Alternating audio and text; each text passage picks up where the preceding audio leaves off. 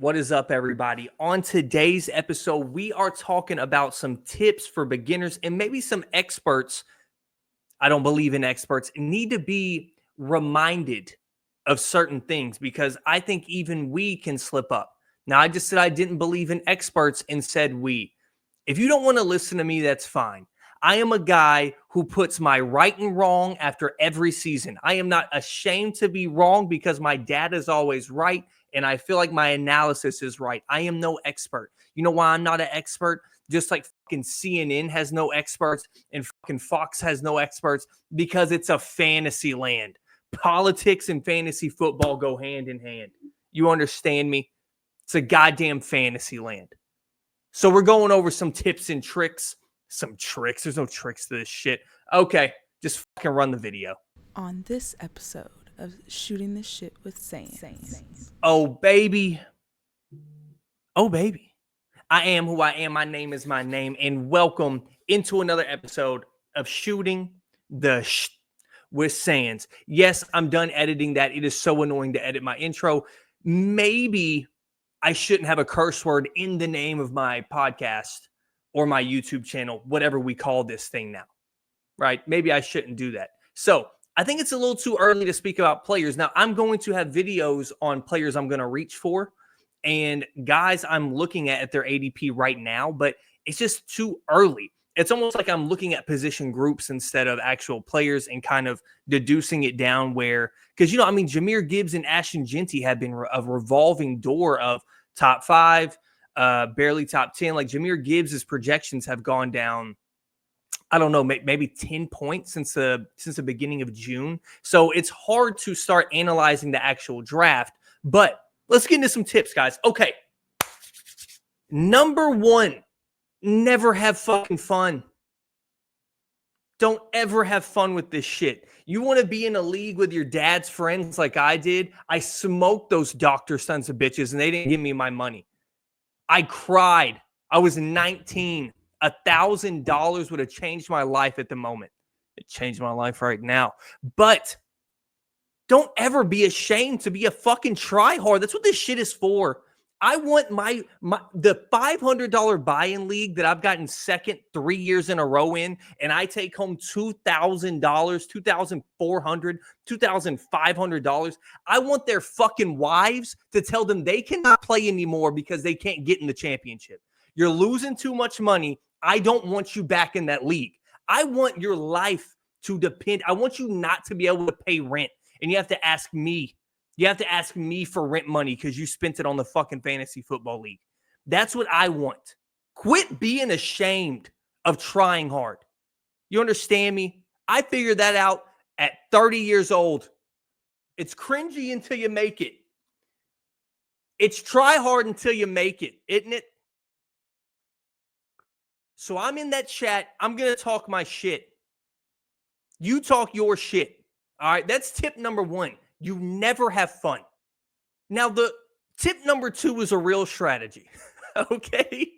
But it's actually funny. Ironic I say that. Hold on. I'm spitting. Is this the Kendrick and Drake beef? Because the second point is stop using strategies. Stop. Just spit all over my mic. Stop using them, this list with this retainer. Because the thing is, if you go into it, I just want you to play the board, guys. Play the board. Look at what you got going here. Don't go, okay, I'm going RB, RB. Because what you're going to end up doing is you're going to go RB, RB, and you had A.J. Brown right there in front of you. You had Malik Nabers right there in front of you, and you didn't take him. And then your wide receiver 1 is Zay Flowers. All right? Let's not do that. Let's stop with, I need this at this spot. Don't do that. It will completely fuck your draft, right? Let's say you're a traditional QB guy. There's so many QBs, I can get one in the 8th round. And then you get to the 4th round, the 5th round, and somehow, some way, Jaden Daniels, because everybody thinks a sophomore slump is guaranteed for everybody, is just sitting there. You wouldn't take that because, why? I can wait for Baker.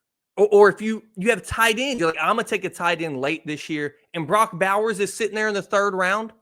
You're not taking that because you said in your head, I'm waiting on these positions. Fuck no. You take what is in front of you. Tip number 3, emotional attachment. With that, you also don't want to have emotional dissonance towards somebody. You don't want to go like, I could never fuck with them, right? We just don't mesh. I can't do that because what it results in is me looking at Derrick Henry in the second round every year or at the end of the first round and going, he's washed. I've said he is going to end up being washed every year the last 3 years, right? And usually I'm pretty ahead of the curve, like with my Austin Eckler take when I said he was going to be in the shitter after he was RB1. This is the year of the regression of Austin Eckler. And now before you turn off this video, hold on, regression, not bust. Those are the things I'm kind of ahead of the curve on that. And I like to toot my own horn in fantasy and NBA shit. All right. That's what I do. But don't let that make picks for you, because what you're going to end up doing is you're in the 3rd or 4th round, 5th round, whatever. And it's going to be Mike Evans versus like a Garrett Wilson. Right. And to me, Buccaneers fan, I'm taking Garrett Wilson over Mike this year. No matter what. Honestly. But your emotional attachment of having Mike Evans on your team, and I got as far as I've ever been with Mike Evans. Dog, do you not remember the 4-point weeks he has? Yes, Mike Evans will get you a 38-piece, right, with 3 tugs. One of the most underrated receivers ever. Don't let me get on that rant. But you can't let that emotional attachment or emotional hate for somebody keep you away from drafting them. All right? Just keep that in mind. All right. One thing that a lot of people do that pisses me off, they don't take risks. Dude, this lisp with this fucking retainer. They don't take risks at all. I can't even speak. I want you to take calculated risks. All right. Jump and get your guy. Go get him. Don't be afraid to reach. The only time you cannot take a risk is in that first round. Because the thing is, the first round, this is a fantasy talking point that has been true forever, and I didn't come up with it. All right. Your first round pick cannot win you a league. Possibly, right? Jamar Chase and Saquon Barkley, they could have won you a league, but the dude that had Jamar Chase just had a great team in my league, and he won the league. My friend Ant had Saquon Barkley. He didn't win the league, right? So it can't win you a league, but it can definitely lose one for you. The last, 3-4 years in my 10-man PPR league, my first round pick has been Justin Jefferson. The first time he's ever even stubbed his toe. Christian McCaffrey, when he was on the Panthers still, and he missed 10 games, something like that. And who else did I have? Oh, yeah. And that year I drafted Calvin Ridley, who is just one of us and was betting on games. Okay. He wanted to make that fucking underdog lineup. That's all it was. So take a calculated risk in the 5th round, just because, I'll go back to Garrett Wilson, just because he is 10th on the board at the wide receiver position. If you like him more than everybody there, take him. Don't jump down to wide receiver 48 on the list and take him in the 5th round. Wait for that. Wait for that one. But if you see a guy within those top 5 guys that you really like or a little bit outside of that, don't be scared to go and grab them if you're very bullish on them. Number 5, stop overthinking production. Stop it. Some guys are all-time legends. That's all it is. And some guys fall into great situations, right? So you have to find a balance of, okay, this guy is so good, it's repeatable. And the thing is, if you miss on a pick, it's okay. I said Brian Robinson was my guy last year. Y'all just turned the video off and said, who the fuck is this guy? Literally, speaker just went off. It's okay to miss a pick. It is. But let's not do it from saying that dude can't reproduce that. Or, once again, that guy will always do that. Go look at the situation, which ties into my next point. Do your research. Do your research, man. Go get on Coach Speak Index. Great site. I want to thank them. I will tag them in this TikTok. Thank you for all the work you do for us. That helps a lot. Go to that website. Go to Fantasy Pros. Now, there are articles on Fantasy Pros. I read one the other day that said Sean Tucker, right? A Buccaneers fan, once again. Sean Tucker is an up-and-coming star rusher. He's had 50 carries in his whole fucking career. 50 carries in his whole career, okay? Like 9 receptions. Let's tone it down, okay? Fantasy Pros has the best database that I think that is free. Now, maybe there is other ones out there. Maybe Warren Sharps is insane. And once again, I don't want paralysis by analysis. I don't. Warren Sharp is going to give me the amount of times they ran 3 inches to the right of the ass cheek of the guard. Okay? That is too much for this fucking bird brain. Okay? Too much. So let's not go away from research. And once again, don't be scared to be a tryhard. Go look up depth charts. Go look up things from minicamp. And this is going to tie into another point I have. Try to see what people are doing. You go follow 32 beat writers, right? And I want all my league members to do that because I know their brains, they're going to overreact to everything on that. So I would love for them to go download that shit. Hey, my hairline don't look too bad right now. Come on, man. Come on, man. We're restoring this shit for hymns. I'm not using that shit. But yeah, just go do some research. See who the coach is like. See how they're doing in practice. See who's going out with the first team. Go look at what they did last year and why it happened. When it happened. Is it because his backup got hurt and now he's getting all the carries in the backfield? Is it because the wide receiver 1 got hurt, so now the second option is getting all the targets? Like, we really got to look at shit like that, man. For real. Okay? Number 7, the back of the jersey. Another tip is I'm never drafting CMC. I will never draft CMC ever again in my life. So let's stop looking at the back of the jersey. Some guys are washed, man. Are you drafting Aaron Rodgers again? Bro, Aaron Rodgers and the Steelers. Bro, shut the fuck up. He's 49. He's 56. He's as old as my father. My dad just turned 50, by the way, 2 weeks ago. Shout out to my pops. Yeah, man, quit looking at the back of the jersey and going, okay, they'll be good forever. Those guys will be good forever. It's not true. Did you draft Julio Jones when he was on the Bucks? Did you draft Julio Jones when he was on the Eagles? I hope not. I've seen people do this shit. I've seen people invest in Russell Wilson. Remember in Seattle? I did a decade ago. I absolutely remember that. Next tip, stop overreacting to minicamp. There are certain things you want to see, right? These minicamp things, most of the time, the beat reporters aren't even reporting on star players. But when reports like this come out about Garrett Wilson, he's in the backfield, I look at that and I get hard. I get bricked the fuck up, cement and all. Those are the things I'm looking for. I'm not looking, I'll never forget, I live in DFW. The offseason where Tavon Austin mossed a mediocre fucking NFL cornerback who was on the practice squad probably his whole career, mossed his shit. Everybody's like, Tavon Austin's a weapon. He had been in the league for 10 years as a fucking punt returner. Had done nothing at the wide receiver position, but just because it's the Cowboys, he was going to be a star. Ooh, Rodgers to Garrett Wilson. All offseason, they go and get DA. He was tunnel vision on 17. Right. Only thing I'm getting from minicamp, really what I'm looking at is reports of differences in the offense. As like I said, Garrett Wilson in the backfield. Who is going out with the first team and second team?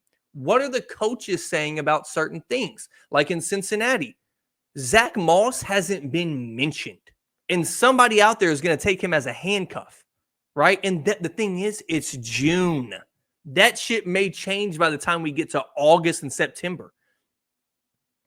And that's why I don't understand y'all having drafts in fucking July, dude. What are we wait till the preseason's over? Like, what are we doing? You probably draft J.K. Dobbins 4 years ago and his knee exploded 2 weeks later. You draft Rashad Penny, orthopedic Penny. So that's all I'm saying. Don't overreact to minicamp, but still do the research. Look at key points. But don't go, oh my God, Justin Fields is throwing ropes in 7-on-7. He's a star quarterback now. And I like him as a fantasy quarterback. Not in real life, but I like him as a fantasy quarterback.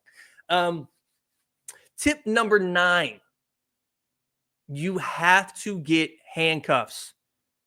And if you aren't getting handcuffs, a handcuff is a backup running back. If you get Brian Robinson, you get Austin Eckler. If you have Tony Pollard, you get Tajay Spears. Right? That's what I'm talking about. If you get Chase Brown, you get Samaje or Zach Moss, whichever one you choose. You get Saquon, we get it, Hunter. We fucking get it. Got it. Or if you don't want to go and waste picks on handcuffs, because I don't think they're a waste. They are sometimes the biggest league winners. Like when I was begging y'all to get Chase Brown last year. Like, hey, man, they love him. They love him, but they paid Zach Moss, so they have to, you know what I mean? They got to throw him in there for a little bit.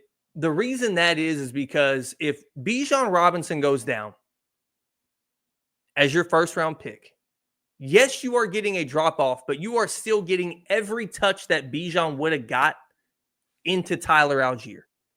You're still getting that.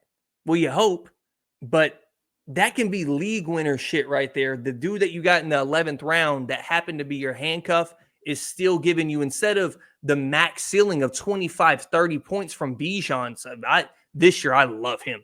You're getting that 15 to 20. You aren't dead in the water. You still have a fucking life jacket on.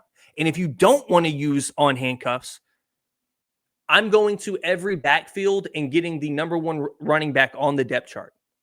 Or if it's a split backfield, try to get those guys in the later rounds. Like the Pittsburgh backfield, I don't know if y'all saw this. Funniest sell of a player I've ever seen. Hey, he's not fast. He's not quick. He can't really catch. He can't block. But yeah, just go ahead. He's the RB1 in this offense. What the fuck? It's awful. Caleb, I'm sorry. Go get them handcuffs, man. Don't ever think your team's going to be healthy, but also don't be scared of injury while you're drafting, right? And the last tip, listen to me. That's a tip. Listen to me. I promise you, even if you don't like the players that I'm throwing out at you, I might turn your head a little bit. I might. So just listen to me, listen to other people if you'd like. That's some treason shit, though. I'm not going to lie. Don't flag me. Don't flag me. Martial law in my house? Don't think so. But I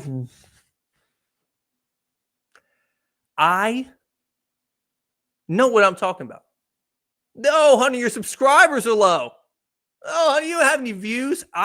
The 7 people that watch this video are going to win their fucking league, or at least get second like I have a million times. So, and the other tip, a bonus, mock throughout the season, mock, because the thing is, guys, you are going to get in that draft room if you've mocked like 2 times before the draft, and you're going to not know what to do when those guys that you default pick, right? Everybody has the default picks in the mock. If I'm 7, I'm getting Puka. There may be a fucking idiot in your league that's all in on the Rams and take him 5th. And now you're looking at Malik Neighbors, Devon Achane, and Jonathan Taylor, and you're like, who do I pick? What do I do? What do I do? Right? You need to mock to have your mind ready for a crazy situation. Even though you cannot predict what's going on in that draft, you need to prepare yourself. Prepare yourself for some bullshit from the unprepared. That's what happens. The unprepared people take Patty Mahomes in the 1st round. They take Baker in the 3rd round. They take Lamar in the 2nd round. These are the things. So prepare yourself. Do your research. Go mock. Go mock. If your email doesn't look like this, I'm a sicko. I'm a sicko with the shit. I want to know every situation, and I'm taking players I wouldn't take just to see how my roster looks. Like, what if this happens? Would I be happy? Do I bitch and moan in the group chat for 3 days because they drafted like bitches? That's where I'm at, right? So mock, do your research, and let's win this league. Follow me, subscribe, all that. I'm going to guide you. You just got to fucking drink the water. When a real motherfucker holds you down, you're supposed to drown. On I love this you all. episode of Shooting the Shit Deuce! with Saints.